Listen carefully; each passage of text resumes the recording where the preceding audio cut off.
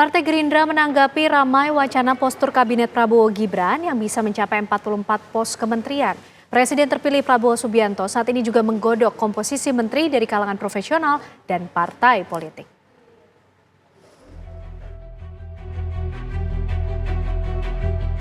Presiden terpilih Prabowo Subianto terus menyeleksi siapa saja calon menteri yang akan dipilih untuk masuk kabinetnya.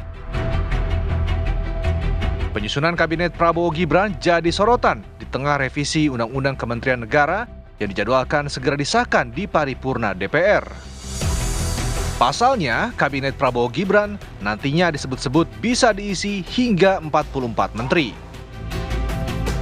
Namun elit Partai Gerindra mengungkapkan jumlah menteri dalam Kabinet Prabowo masih dalam simulasi. Jadi begini, soal berapa jumlah sampai dengan sekarang masih kita simulasikan bahwa penambahan kementerian itu adalah untuk optimalisasi daripada tugas-tugas kementerian dalam rangka kita itu memenuhi janji kampanye yang kemudian ada di Asta Cita, program dan program aksi yang kemarin dilakukan pada saat kampanye. Nah, sehingga jumlah itu ada yang bilang 44, ada yang bilang 42, ada yang bilang 40. Kita juga masih melakukan simulasi, mungkin nomenklatur maupun orang itu baru akan final H-7 atau H-5 kali mungkin begitu. Komposisi menteri dari kalangan profesional dan partai politik juga masih digodok oleh Prabowo. Namun diperkirakan kabinet bakal didominasi oleh kalangan profesional. Dalam pemenuhan janji kampanye tentunya juga melihat tepat dan orang yang tepat. Nah, sehingga keberadaan orang-orang profesional itu juga lebih banyak kelihatannya daripada yang kemudian dari parpol.